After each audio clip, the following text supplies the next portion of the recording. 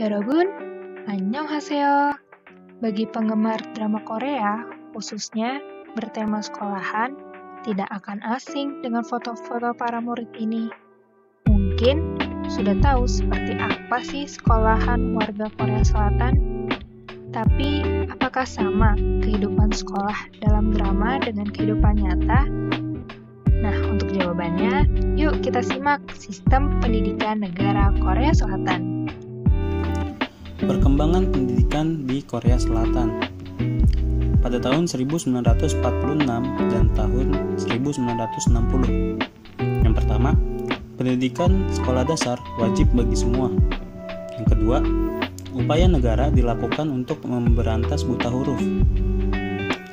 Lalu pada tahun 1961 sampai 1980, yang pertama, pendidikan sekolah menengah universal. Yang kedua, kebijakan untuk menghidupkan pendidikan kejuruan. Lalu pada tahun 1981 sampai tahun 1997. Pertama, penguatan pendidikan kejuruan. Lalu yang kedua, peluang yang diperluas untuk pendidikan tinggi. Pada tahun 1998 hingga sekarang, pengembangan pendidikan tinggi untuk penciptaan pengetahuan diperlukan masyarakat berbasis pengetahuan. Berikut keunggulan dari proses pendidikan di Korea. Jaminan pendidikan berkualitas tinggi, gratis untuk semua.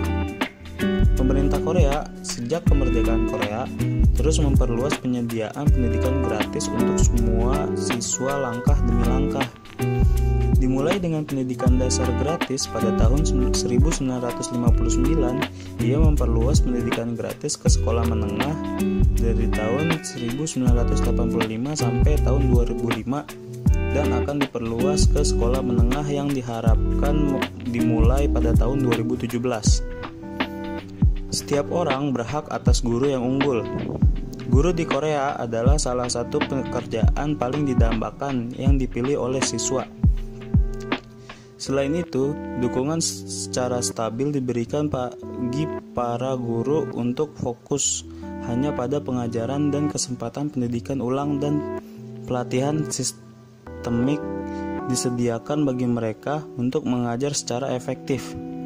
Dari semua guru, 30,8% memiliki gelar di atas gelar master pada tahun 2012.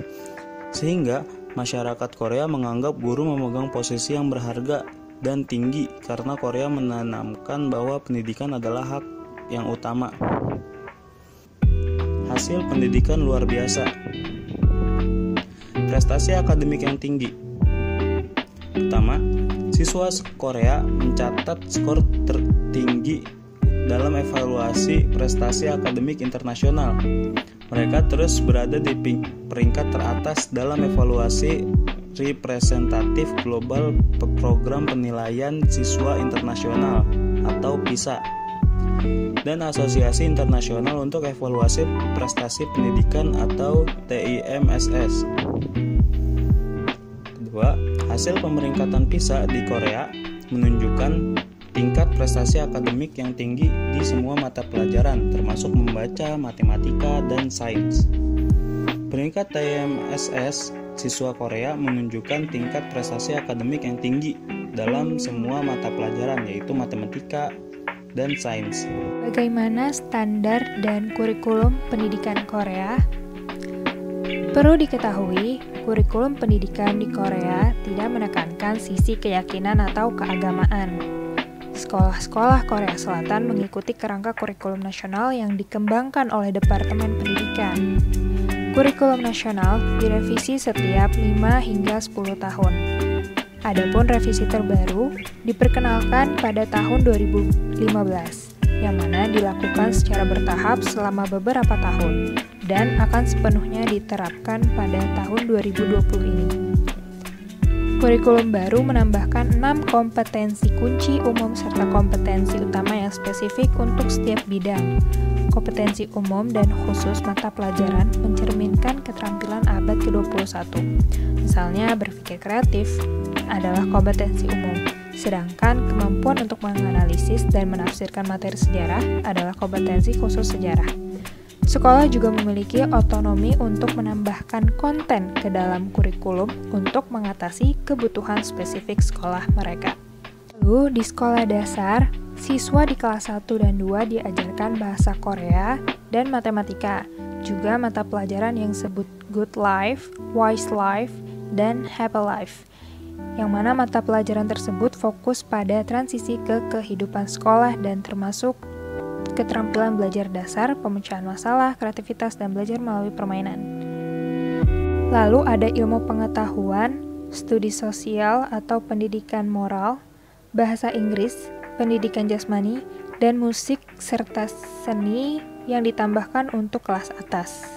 Dan di sekolah menengah pertama, mata pelajaran meliputi bahasa Korea, studi sosial atau pendidikan moral, matematika, sains atau teknologi informasi, pendidikan jasmani, bahasa Inggris, musik dan seni, serta beberapa mata pelajaran pilihan. Nah, siswa juga memiliki semester bebas ujian, yang mana ini diperkenalkan pada tahun 2013, di mana semester tersebut memberi siswa waktu setiap hari untuk belajar kursus non-tradisional atau untuk merancang program studi mandiri mereka sendiri. Selama semester ini tidak ada ujian kertas tradisional bahkan untuk kelas reguler, sehingga tidak mengganggu kegiatan non-tradisional. Kemudian di SMA, mata pelajaran wajib meliputi bahasa Korea, matematika, Inggris, sejarah Korea, penelitian sosial, ilmu eksplorasi dan eksperimen sains, pendidikan jasmani, dan seni. Sedangkan ada mata pelajaran pilihan, yaitu ada teknologi, ekonomi rumah, karakter Cina, bahasa asing kedua, dan seni liberal. Dan tingkatan yang sederajat dengan SMA, yaitu siswa sekolah kejuruan, mengambil sekitar 40% mata pelajaran umum dan 60% mata pelajaran kejuruan, selain mata pelajaran pilihan. Di mana tahun pertama adalah serangkaian program akademik yang umum, tahun kedua adalah kombinasi program akademik dan kejuruan, dan tahun ketiga mencakup kursus kejuruan khusus. Penilaian dan kualifikasi. Siswa dinilai di semua tingkatan menggunakan tes berbasis sekolah, bukan penilaian nasional.